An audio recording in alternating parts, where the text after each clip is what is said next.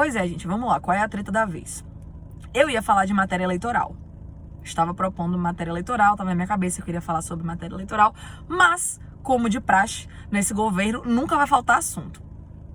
E, como todos devem estar sabendo, ou para quem não está sabendo vai saber agora, nós tivemos a exoneração na semana passada do secretário da Cultura, o Roberto Alvim. Até aí, beleza. Mas qual foi a motivação dessa exoneração dele? Vocês devem estar sabendo, e se não estiverem sabendo, vão estar sabendo agora, que esse elemento achou de bom tom me fazer um vídeo semana passada sobre uma premiação cultural no Brasil. E era um vídeo oficial. Até aí, de boa, vídeo feito de quer, sem problema nenhum. Mas aí vem a treta. Eu assistindo uma manifestação de um cara chamado Fê Pacheco, fantástico, um cara muito bom, e quem mandou foi uma pessoa que eu gosto muito. E quando você começa a falar de política em todo lugar, a todo momento, as pessoas começam a lhe associar à matéria e enviar vários assuntos de fontes diferentes e você fica doido com muita coisa pra falar. E o que eu gostei do vídeo desse cara e que me motivou a falar sobre esse vídeo, só que sobre uma outra perspectiva. Esse cara trouxe uma análise desse vídeo, desse Roberto Alvim, sobre a perspectiva da semiótica. Que o que é basicamente semiótica? Ela fala de linguagem e que tudo que nós fazemos e falamos e utilizamos e nos manifestamos envolvem signos. E esses signos falam, não só a minha fala, mas tudo acoplado à minha pessoa fala também. E isso é fantástico. Eu já tinha ouvido isso com Wittgenstein na faculdade no início, mas eu não tinha entendido muita coisa, só que eu achei maravilhoso. E esse cara fez uma análise semiótica do vídeo do Roberto Alvim, sobre a estética, sobre o conteúdo da fala, sobre a estética dele, não só dele pessoa, mas do contexto do vídeo, das coisas que foram colocadas, muito provavelmente estrategicamente no vídeo, e principalmente as alusões feitas dentro do vídeo. Por quê? Qual foi? Aí vamos agora à parte que interessa na treta. O elemento me achou de bom tom fazer esse vídeo da premiação, de uma premiação cultural no Brasil, que até aí tá tudo bem, só que ele decide fazer alusão a um texto ou uma manifestação de nada mais, nada menos que Hitler. Segundo ele, esse conteúdo foi uma mera coincidência. Só que cá entre nós existem coincidências e coincidências. O conteúdo da fala dele foi extremamente semelhante ao de Hitler, ao do governo de Hitler, porque quem fez essa manifestação, na verdade, foi Joseph Goebbels, que era o secretário da propaganda no governo nazista. E essa manifestação é uma manifestação de conteúdo extremamente ufanista, nacionalista, extremamente conservador e elitista. E daí os problemas começam a surgir. Por quê? Primeiro porque você me acha de bom tom fazer um vídeo fazendo uma alusão a um cara que era um braço do nazismo. Segundo, um braço do nazismo de um governo nazista. Num governo que, em tese, foi apoiado pelos judeus, mas tem um presidente que diz que nazismo é uma manifestação de esquerda. Então as coisas começam a embolar o meio de campo, entendeu?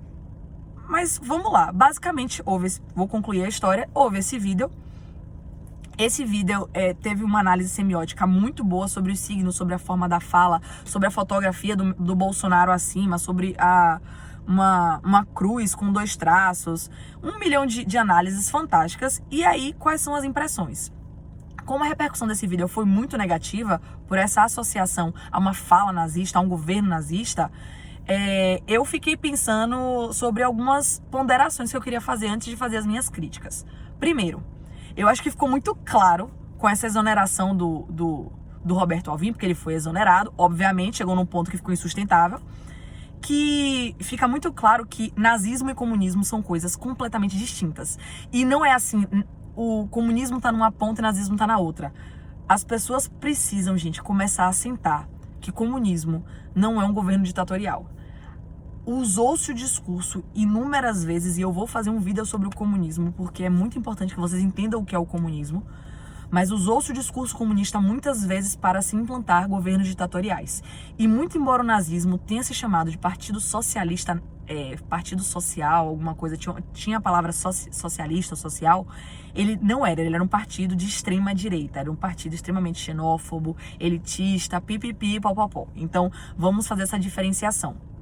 O comunismo era utilizado como discurso, mas o comunismo, em tese, pela teoria marxista, é uma coisa completamente distinta, e um dia eu vou falar sobre isso. Então ficou muito claro que a fala do Roberto Alvim foi uma fala de extrema direita, uma fala extremamente conservadora e uma fala que faz alusão a um governo que matou milhões de pessoas. Ponto 1. Ponto 2. Eu fiquei me questionando, depois da repercussão desse vídeo, sobre as implicações no âmbito internacional. Bolsonaro é um cara que deliberadamente não sabe se manifestar, não sabe conversar, não sabe fazer tratativas como outros presidentes sabiam no Brasil. E isso não só dificulta a celebração de tratados, porque ele acaba sempre ficando num patamar de desigualdade, eu acho que isso é muito claro quando você vê as relações dele com o Donald Trump, mas principalmente países mais garantistas, mais progressistas, ou a própria América Latina que está num processo de crise, ou países em Portugal que são mais à esquerda, vão ficar ressabiados para poder fazer qualquer tratativa com o cara. Tipo, o cara chamaça um governo, ou um cara que faz, ou chama para ser secretário um cara que acha legal falas de um governo nazista. E parêntese, muito embora o Roberto Alvim tenha se justificado, que foi uma coincidência, foi uma pesquisa no Google, existem coincidências e coincidências. Aí você quebra minhas pernas e você precisa me ajudar. Nós não estamos tratando de amadores, são profissionais, em tese. Fecha parêntese, voltando.